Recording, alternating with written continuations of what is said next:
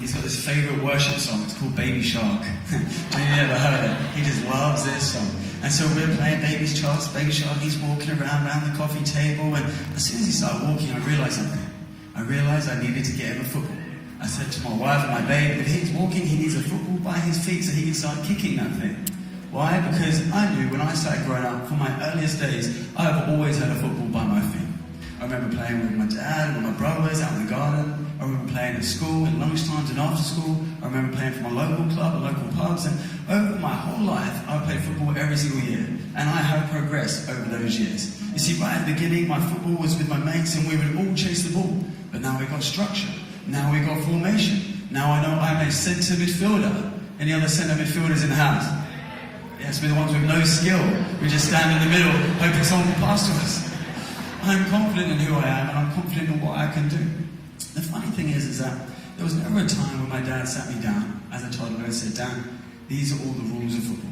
These are the boundaries of football. These are the principles and the values of football. You need to do this and do that, and this is why there's a referee, and this is why there's the lines, and this is why there's the goals, and this is why the formation. My dad never sat me down and told me those things. All we simply did is we all played football together, and year after year, because we started to develop a love for the game, we started to develop a love for the rules. I've got to be honest with you, I love the rules in football. If you took away the lines, if you took away the referee, if you took away the goals, you'd have 22 grown men running around an open field with one football. Let me tell you, the English Premier League would not be the English Premier League. Millions of people would not pay money to go and watch that. In fact, you find the people that love football, they all love the rules. I love the rules of English football. However, I do not love the rules of American football. Anyone with me? I'm not into American football. I'm not excited about American football. 2 times I've been talked into watching American football, and that's because I was promised chicken wings and carbohydrates. When I got there, I was watching it, and it was called the Super Bowl.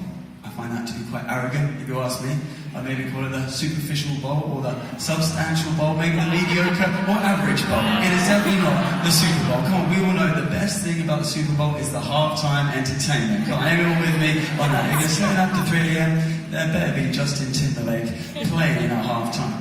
Now I remember as I'm trying to keep my eyes open watching this American football, some of the lads were trying to tell me the rules. They tried to tell me the regulations. They'll tell me the principles and the values. And about 30 seconds into it, I had zoned out. Because all I could think about is, will Justin Timberlake be singing Cry Me a River from his 2002 album, Justified? Come on. Because if he doesn't, I will cry a river. We're having this conversation and I'm not into the rules. The reason I'm not into the rules is because I do not have a love for the game. I tell you this because this book here, the Bible, it does have rules in it. It does have principles in it. It does have values in it. And if you apply these rules, these principles and values to your life, you will have the most epic adventure, the most audacious, radical life you could possibly ever imagine. But here's the thing. For too long, the church has been communicating to the world like we are trying to tell someone about American football instead of it being like understanding English football. You see, through my years of playing English football, it was just because I had a love for the game, us playing together, did I grow my understanding of football. And that's what Christianity is meant to be like. It's meant to be you first encountering Jesus Christ, then falling in love with Jesus Christ, and then if you want to, you start discovering the principles and the values and the rules of Jesus Christ. For too long, the church has been known for pointing the finger. And I just want to ask you just bluntly and boldly today, how are you known? With your friends, with your family, in your school, in your university, in your sphere of influence, in your workplace, how are you known? Are you known who someone pointing the finger, trying to tell people how they need to behave? Are you always the one who's saying that they need to change their lifestyle because their level's not high enough? Or are you the person who is the leader of grace? Are you the person who is the leader of mercy, the leader of forgiveness?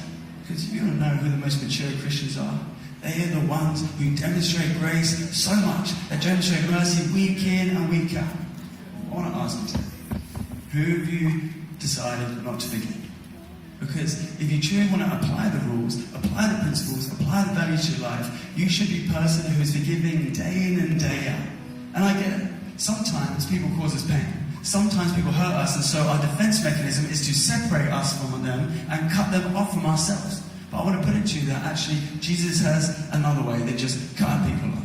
I don't know who you've started to unfollow. I don't know who you've defriended. I I don't know who you delete from your contact list and cut out of your life. But here's the thing, as Christians, we're not meant to be the ones who are ending relationships. We're meant to be the ones who are mending relationships. I believe today that if we apply this to our life, it will change everything. This message is called 70 times 7, because in Matthew 18 verses 21, Jesus is sitting down with Peter. And if I'm to paraphrase it a little bit, Peter has been having a bit of a hard time with someone. Obviously, someone's been hurting him, someone has been offending him. And so now he's sitting in front of Jesus and he's like, Jesus, there's this guy. And I've just had it. Like, we all know who it is. He keeps going on my Instagram saying the whole walking on water thing was fake. Like, you know the guy. I'm just done with it. I can't forgive him anymore. So, Jesus, you're the boss. Tell me, how many times should I forgive? 4 times? 5 times? 6 times? Tell you what, Jesus, because it's a Bible number, shall I forgive 7 times? And Jesus goes, nah, not 7 times. 70 times 7. Now Peter would have been good at maths because he was a fisherman and would have had to count fish, but yeah, I reckon he still would have pulled out his phone 70 times 7. So you're saying 490 times? Jesus says no. Because whenever Jesus wants to make a statement, he simply tells a story. You read through and Jesus tells this big story, and if I'm to summarize the story, do you know what Jesus is saying? He is saying this, that it is unlimited, that it is infinity, that there is no limit to forgiveness. Because God has forgiven us, we can forgive others. Because we receive His mercy, we give mercy. Because we receive grace, we give grace. Martin Luther King says forgiveness is not an occasional act, it is a permanent attitude. Jensen Franklin, a pastor in the United States of America, he says it's not about keeping score, it's about losing count. The most mature Christians, the most Christ-like Christians are not the ones who are doing the most stuff. They're the ones who are forgiving the most stuff. The most mature Christians, the most Christ-like Christians are not the ones who have memorized the whole of the Bible. They're the ones who are living out the Bible. And it is visible because they are people of love and grace and mercy. I want to ask you today, how quick is your forgiveness rate? From the moment someone hurts you, the moment someone offends you, how quick is your forgiveness rate? Because the faster you can forgive, the more Christ-like you can live and step into everything that God has for you. The more time you spend with Christ, the more you get to encounter His love. And it's out of receiving that love, can you give love? I believe today some people are going to get set free. I don't know if you've been harboring some unforgiveness. I don't know if you've been burying some unforgiveness, suppressing your unforgiveness. You're like, Dan, it's fine. I've just buried it. No one knows. Well, the truth is, it's a little bit like that kid who's playing hide and seek. Goes into the middle of the room, puts a blanket over them and says, come and find me. The kid thinks because he can't see anyone that no one can see him. But the truth is, everyone can see him. In the same way, you've hidden your unforgiveness, you've buried your unforgiveness, you've suppressed your unforgiveness, and you think no one can see it. But the truth is, everyone can see it. Because it's in your heart, it comes out of your words. Because it's in your heart, it comes out of your actions. Because in your heart, it comes out of your daily decisions. And if you want, you can hold on to your hurt, you can hang on to your unforgiveness. Or if you want, you can let it go. And if you do, it will bring health to your life. John Hopkins Medicine has been the research in medicine for over 100 years. They were the first to decide to put rubber gloves when doing an operation. They found out that from unforgiveness comes hate, anger and rage. From that comes this fight or flight mode. From that it impacts your body, your heart rate, your blood level and your immune system. From that you can then get depression, heart disease and diabetes. What they have said, and these are secular researchers, it's not Christian, what they realize is that unforgiveness, if you actually have unforgiveness, it reduces your stress levels and allows you to live a healthier, longer life. Isn't it amazing? When the principles and the values of the Bible are actually put into action, we get to live the healthiest, best, most exciting life that we could ever live, and science is starting to prove what's already in the Word. If you want to be set free from your unforgiveness, you can today. If you want to hold on to it for the rest of your life, you can today. Because the beauty of God is that He does not force Himself on anyone. The Bible says, knock, the door will be open to you. Ask, you will receive. You don't have to do anything you don't want to. But if you do want to receive forgiveness today, to be able to forgive other people, I want to share with you some keys to that. So if you have your Bibles, turn with me to Judges 15. We're going to look at a lad called Samson. Samson had long hair, and God gave him supernatural strength so that he could fight battles. He was a warrior, but he was also emotionally dysfunctional, and he was terrible with the women. This is what it says in Judges 14 verses 1. Samson went down to Timnah and saw there a young Philistine woman. When he returned, he said to his father and mother, I have seen a Philistine woman in Timnah, now get her for me as my wife. Let's just call this Philistine woman Philippa, and Timnah is Tottenham Court Road. Now, the application of this Bible is not for you lads to look around and praise and worship, and when you see a girl that takes your fancy, you go outside and call your mum and dad and say, hey, sing her for me, get her for me. That's not an application. The reason I need to say this is because this was different back then, okay? It was very different. His father and mother replied, isn't there an acceptable woman among your relatives or among our people? Must you go to the Philistines to get a wife? Like it was different back then. Like, Samson's mom's like, oh, what about your cousin Sandra? Samson's like, no, mum, I've known her since I was born. I do not like my cousin Sandra. I like Philippa from Tottenham Court Road. So that's exactly what he did. He married her. But before we get into the forgiveness stuff, let me just give you some relationship stuff. Is there anyone here who's single? Give me a wave. Anyone knows someone who's single? Give me a wave. Don't point, it's rude. Right, let me give you some keys. Samson has chosen his wife, which is a lifelong decision based on what he can see. Which means he has decided to go for it not based on what's on the inside, but what's based on the outside. Not what's on the internal, but what's on the external. Which means Samson has made this huge decision based on what he can see. If you're taking notes, write this down. There is no such thing as love at first sight. Woo! There is no such thing as love at first sight. Someone's like, no way. Yeah, the reason you think there is because Disney has educated you in love. Let the Bible educate you in love today. There is no such thing as love at first sight. How do we know this? Because 1 Corinthians 13 verses 4 is coming up on the screen. This is a description of love. Love is patient, love is kind. It does not envy, it does not boast, it is not proud. Love does not dishonor others, it is not self-seeking, it is not easily angered. Love does not keep any record of wrongs, which means love forgives. Love does not delight in evil, but rejoices in the truth. Love always protects, love always trusts, love always hopes, love always perseveres, love never fails. This is love. This is love. And this isn't just a description of how we should love. This is a demonstration of how our loving Heavenly Father loves us. This is love. So the key is, if we're looking for someone in a relationship, what do we look for?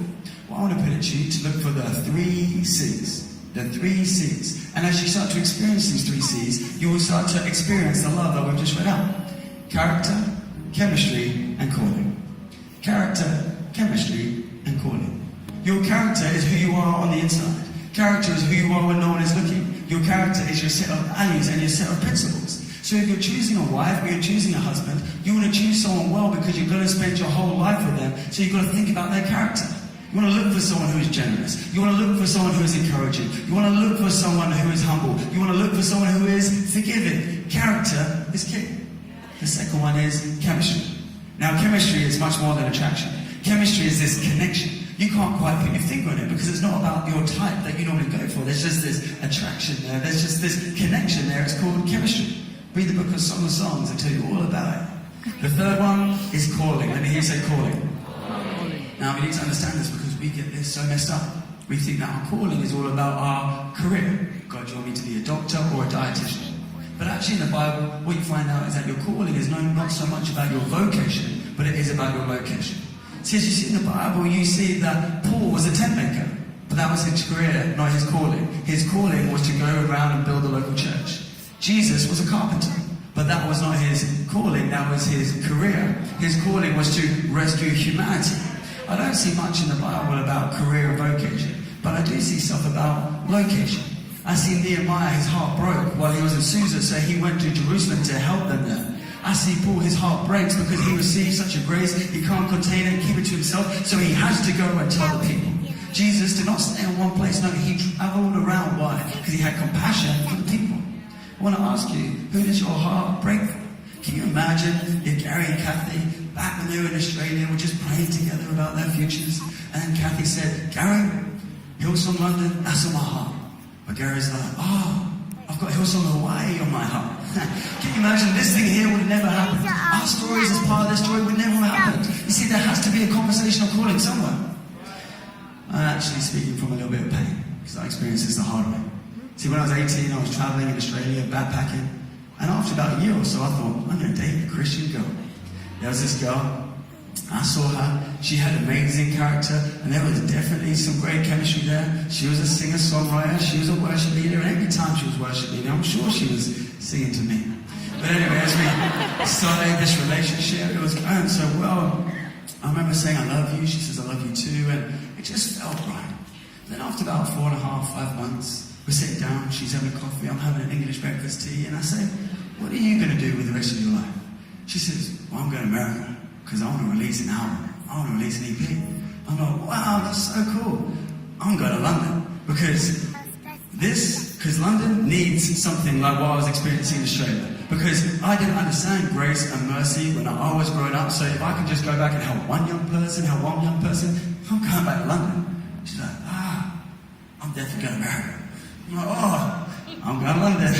She's like, I am going to America. I'm like, well, I am breaking up with you then. So, and the relationship ended. And you would think that, would have got okay. It did. I mean, it was hard, it was awkward, it was painful, but after a while, things got okay. Then she sent me a text message. She said, hey, Dan, I'm launching my EP. Do you want to come to the album launch? I thought, yeah, I'll come to prove that I'm over you. I'll be there encouraging you. So I was there, standing at the back, and she's there with the keyboard, the light is on her, and the opening song goes like this. You ready, kids? I'm joking, you don't know this song. Why'd you go and start this dream if you were gonna leave in the first place? Why'd you go and start this dream if you're gonna leave in the first place? She sung the song. This one was actually about me. And she was looking at me when she was singing it. And every single person in the room just turned to look at me as if to say, how could you break our heart? You mean individual. Tell you why, because I never knew the 3 C's. No one ever told me about calling. Calling is key. Character, chemistry, and calling. Has that helped anyone? Great. You 5. That's going to take you somewhere. Samson did not know the 3 C's. So Samson chose his wife based on looks. This was a big mistake. Do you know why? Because she didn't have a great character. See, on his stag do, he's hanging out with 30 Philistines, a big Philistine gang, and he's trying to connect with them. He's trying to bond with them. So he gives them a riddle. They then want to find the answer to the riddle, so they go to his fiancée, who is the only one who knows the answer of the riddle, and they say, tell us the answer. Do you know what she does? She tells them the answer. She tells them the answer. This girl, see, you shouldn't have trusted this girl. They then go back to Samson and say, hey, we've got the answer to your riddle. They tell him. He loses the bet. Now, the bet was that he had to give them all 30 linen outfits, 30 Gucci garments he has to give these Philistine gangs. So to get that, obviously, he has to go out of town. So he goes on a shopping spree. In fact, the Bible says he kills some people, then robs some people. But anyway, he goes on a shopping spree, comes back, gives them all their Gucci clothes, Gucci gang, whatever, and then he knocks on the door of the house. Because the Bible says he's actually really excited to spend the night with his wife. Knocks on the door opens, and guess who opens it? The father-in-law. He's like, Samson. Yeah. It's like, mate, you look so angry when you left. We thought you had gone for good. So we have now married Philippa from Tottenham Court Road to your best friend. Before they had EastEnders, they had Bible. Samson is so angry. Do you know what he does? He collects 300 foxes. How do you collect 300 foxes? I do not know. But he collects 300 foxes and he ties their tails together and sets them on fire. It's a lighter. Because he's a pyromaniac. He sets these foxes on fire and they go running through the crops, running through the wheat and burn down all the food. Which obviously sucks because it means they've got no food for the winter. But it's also an insult to their God, a God called Dagon, who is their provider. Now the Philistines get so angry, they take revenge. Do you know how they take revenge? They kill Philippa and they kill his father-in-law, burn them. Samson is so distraught, so angry, that in Judges 15 verses 17 he says, because of what you've done, I will take my revenge on you. And the Bible says that he viciously slaughtered them all. He just went to town killing everyone because of his rage and because of his anger. The Philistines tried to get him back and tied him up, but God gave him supernatural strength and he broke free.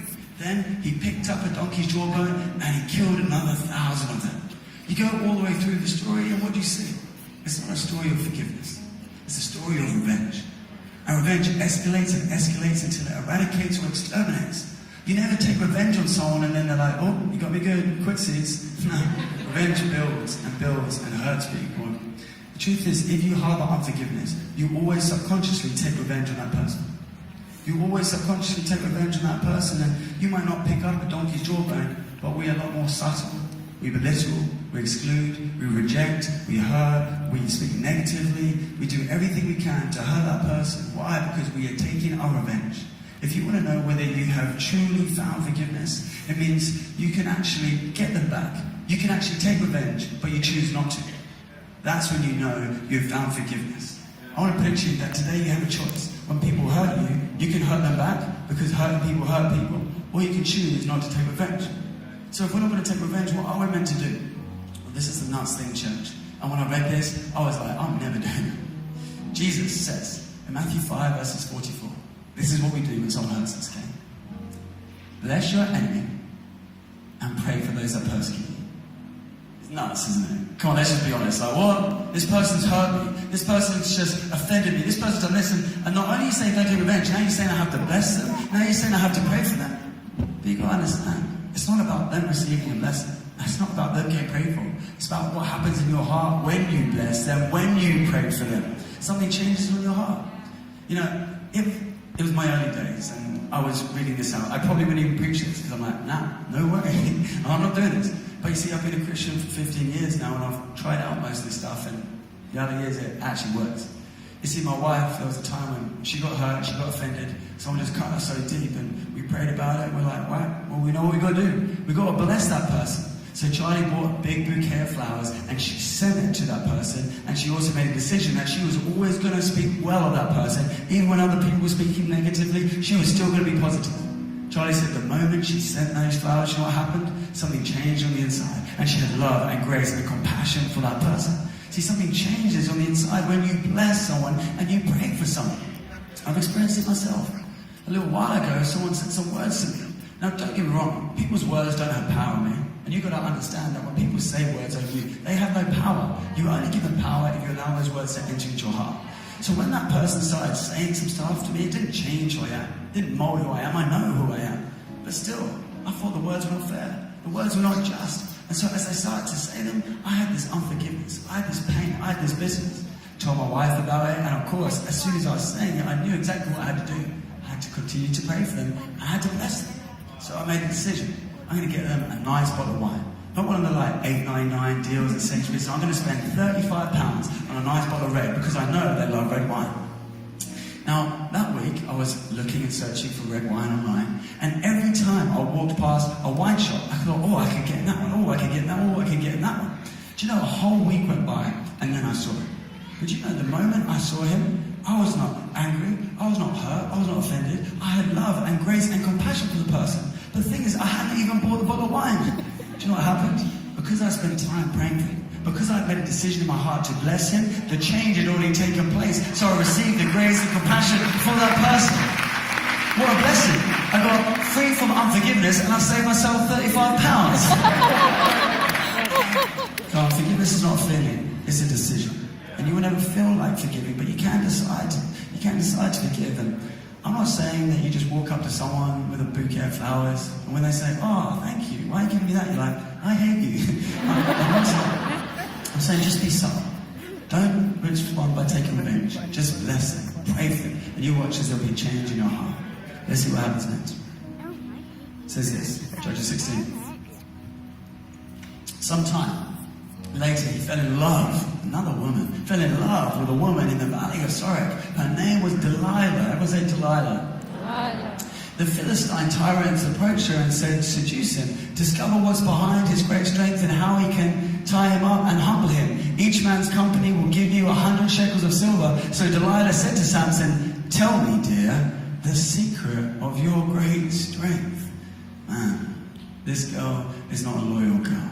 In fact, what she says is, she's like, Samson, tell me your weakness. And he goes, all right. And he makes up something. He says, if you tie my hair up with bowstrings, then I'll be weak. Do you know what? That night, she tries to do it. The next morning, he wakes up and he just pulls out of it because that wasn't going to take his strength. He gave her a lie. But you know what the Bible says? The next night, she does it again. Now, she's seducing him. She's like waving her head back and she's like, Fammy. Tell me how to get your weakness. Like there's obviously more to it. But again, he gives her another lie. He's like, use new robe and that will do it. She tries it. Actually tries it. The next day, she breaks out of it. Third time, he says, plait my hair, braid my hair, and then I'll lose my strength. She is relentless. She continues to go, but Samson isn't the smartest cookie in the shed, if you have cookies in your shed. He isn't. Because he just allows her to keep going. And then the fourth and final time, she says, Samson, tell me your weakness. He says, shave off my hair and I'll lose my strength. She gets in the group chat for the Philistines. She's like, wait, boys, trust me, this one, shave his hair off. They all come in, shave off his hair, pluck out his eyeballs, and then put him in prison. Why did this happen? Because Samson forgives, but then he forgets. He forgives and then he forgets. He forgives and then he forgets. Now the Bible talks about forgiving, but you've got to understand, forgive and forget, they are two separate things. We have always got to forgive. We have always got to forgive, no matter how bad the pain, no matter how bad the hurt, because it's not about what they did to you, it's about what you're going to do for the rest of your life. We have to forgive. And every single piece of pain that comes our way is an opportunity for us to grow in God's love and His grace and His mercy. It is not an obstacle, it is an opportunity for you to grow in love. We have to forgive, but we don't always need to forget. In fact, sometimes we should forget, because we need to learn from the situation.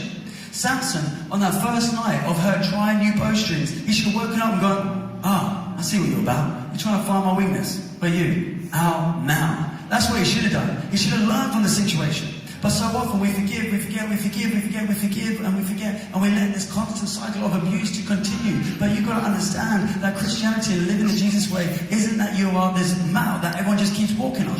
No, we must forgive, but then we also change certain things so that that same situation doesn't continue to happen. I mean, you might be here, and maybe you're like, well, John, you don't know my situation. There's no way I can get out of my situation. Like, it's permanent. Well, maybe your prayer tonight isn't that you get out of that situation, but maybe as a church we're going to pray that God gets into that situation and does a full miracle in that situation. Romans 8 verses 28 says God can turn all things around for good. I don't know how bad the situation is. I don't know how much pain you're facing. I don't know how long you've been facing it for, but I do know our God is a good God and a loving God, and miracles are what He's done. And we're in church today. We are in church. So Samson was with Delilah, who was what? Focused on his weakness, trying to tear him down. But today we're in church. We're not with people who are looking at our weakness, trying to pull us down. We're with a community who are pointing to Christ, who is our strength, to lift each other up. If you are going through some stuff, I want to encourage you, don't go through it in isolation. Don't go through it on your own. But actually understand that this is a community of people who are opposite to Delilah's. And we're here to help you and stand with you and pray with you that God will do a miracle in that situation. So whatever you're going through, tell someone. Tell someone in your connect group. Tell someone on team. Tell someone to engage after the service. Don't leave this place going through your pain, going through your sorrow on your own. This is church and this is family. We spend a lot of our time, and we will be spending our time with people like Delilah. People who are looking for your weakness. Isn't the whole world, at the moment, when you look at the magazines, and you look at the TV shows, and you look at all the things that are in the papers, isn't the whole world just trying to look for everyone's weakness to pull them down? Isn't this a time where the Church of Christ can shine brighter than ever before? Because we're the people who not look to expose you of your sin, but will point you to the one who will save you from your sin, Jesus Christ, the one who covers all of our grace. This is the time where I believe the Church of Christ should be shining more than ever. But for that to happen, we need to understand that we need to stand together. We can't be Delilahs, two different Delilahs in our church. We can't be exposing each other of our weaknesses. We need to help each other in our weaknesses. Oh, in Genesis 9. Noah has just come through the flood, and there he's found some land, and he's put down his little vegetation patch. He's gone full on vegan. I think he's just waiting until some of the animals multiply, but he's vegan for a little bit. And then he puts down a vineyard. He grows some wine, and the Bible says that he gets so drunk that he wakes up the next day naked. Now his youngest son walks in, sees him there naked, and do you know what he does? He walks back out, tells his older brothers, and says, "Wait, Dad's drunk and he's naked." He exposes his dad of what he's done. His dad who's just rescued them through the flood. His dad who built an ark when there was no rain. His dad, a man full of faith. He's just had one mistake, and what's he done? He's trying to expose him of his stuff up, expose him of his sin. But do you know what the older brothers do? The mature brothers, the grown-up brothers, they walk in backwards, both with a blanket. And then they just put the blanket over their father, and they don't even look at him. Why? Because they're not exposing him of his sin. They are covering his sin with grace. This is what the Church of Christ should like. We're the older brothers, not the younger brothers. The world has got too many younger brothers who are trying to expose people of their sin. But for us, it's a time when we cover people by God's grace. Why? Because we have received God's grace. The more you mature into Christ, the more you encounter His love, what you realize is that being the older brother is the thing that we must do. And you've got to understand, as a church, we're not saying that we sweep things that are not right under the carpet. That's not what I'm saying. But I'm saying, as a church, there will be times where we make mistakes, and we need to learn from these mistakes. And we actually need to be able to cover people. I love Jordan's story, because what happened in Jordan's story? While he was in church, he had a relapse, had a big night on drugs. Now, if he thought that we were younger brothers, then he probably wouldn't have walked back into this church. Because he would have thought, I'm not welcome here anymore. But because he knew that this was not a church of younger brothers, this was a church of older brothers who were going to cover him, put their arm around him, and help him because they would receive such grace, that's why he's walked in. That's why he's here today. That's why he's going above and beyond and helping other people. And that's always going to be part of our story. We've got to understand that as we receive this grace, we can give this grace. As the worship team come and join me here, I'll finish with the last bit of the story. In Judges 16, Samson is in prison and he gets pulled out in front of everybody. And there they start mocking him and heckling him. Now he's got chains and his hands on either side of the pillars. And Samson says, God, just give me one last piece of strength. And as he does, what happens is that he pushes the pillars. The ceiling comes down, the wall comes down, killing him, but also killing more Philistines than he has ever killed in his life. The end. That is Samson's life. It is a story of unforgiveness. It's a story of pain. It's a story of suffering. But what can we learn from him? Well, Samson is exactly like you and me. A human being who will make many bad decisions in our life. There's this thing that I heard from Dr. Robbie Zonderiga. He's a clinical psychologist. He said human beings will make bad decisions when we're going through a season of blast. When we're bored, when we're lonely, when we're angry, when we're stressed, and when we're tired. And who knows why Samson made those decisions? Maybe he was bored. Maybe that's why he quickly chose his first wife. Maybe he was lonely. Maybe that's why he got with Delilah. He definitely was angry. That's why he took revenge. Maybe he was stressed and he definitely would have been tired. Samson would have been going through one of those situations. And I wonder if today you are going through one of those situations. Or maybe you have been going through one of those situations. Or maybe you're hurt because somebody else has made a decision that's caused you pain, that's caused you drama. But maybe the reason that you're going through that is because they're also going through a season of blast. And the moment you start to realize about their situation, their circumstance, you start to put yourself in their shoes and you start to have grace and love and mercy for them. What is Samson's life all about?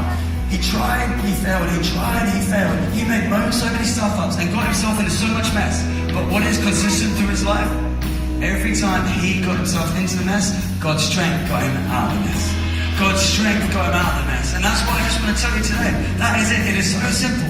That you will be, whether you're in it now, or whether you're in it next year, or whether you're in it in 10 years' time, there will be moments, there will be seasons when you make that decision, when you get things wrong, and when you hurt people. Does everyone know?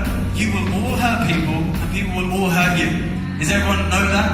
Everyone okay with that? Great. So we can stop getting offended over little. We can start disconnecting because something simple that happened, and we can start understanding that His grace can cover everything. That His grace is sufficient. Ephesians 4 verses 31 says, make a clean break from all the cutting, backbiting, and profane talk. Be gentle with one another, sensitive with one another. Forgive each other as quickly and as thoroughly as God in Christ forgave you. As quickly and as thoroughly as God in Christ forgave you. How quickly does our Father in heaven forgive you? Instantly. So how quickly are we meant to forgive others? Instantly. I said Lamentations 3 verses 22. His mercies are new every single day. So no matter what you did last night, no matter what happened this week or this year, His mercies are new today. Church, we're going to sing. We're about to sing. We're going to sing. Okay, do you want to sing? In fact, there's a song about your love never fails, never gives up, never runs out on me. Do you guys like that song? Anyone? How's it go then? Your love never fails, never gives up, never runs out on me. Your love never fails, never gives up, never runs out on me. Okay. You already know the song. You already know the song. Now, the only way you can actually forgive someone is not me giving you 7 keys to overcoming unforgiveness. The only way you can deal with your unforgiveness is by spending time with the one who has unlimited forgiveness, and that is our Heavenly Father. So we're going to sing the song, but please believe me, we're not just singing some lyrics today. No, what we're doing is we're singing truth, and the truth will set you free.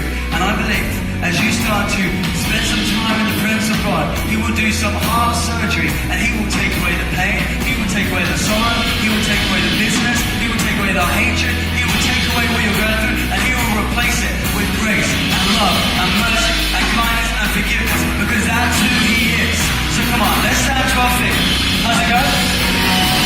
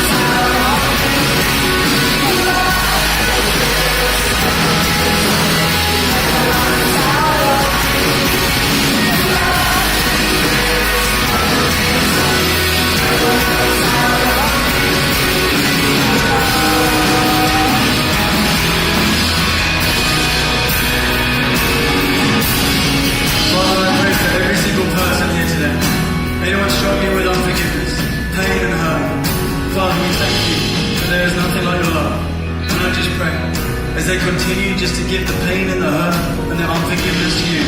Or will you continue to do what only you can do? Set us free so we can live that incredible life that you have. We thank you, Lord. We love you. You know, there's no way that we can talk about His love never failing. There's no way we can talk about how good our God is, His grace, without giving people an opportunity to encounter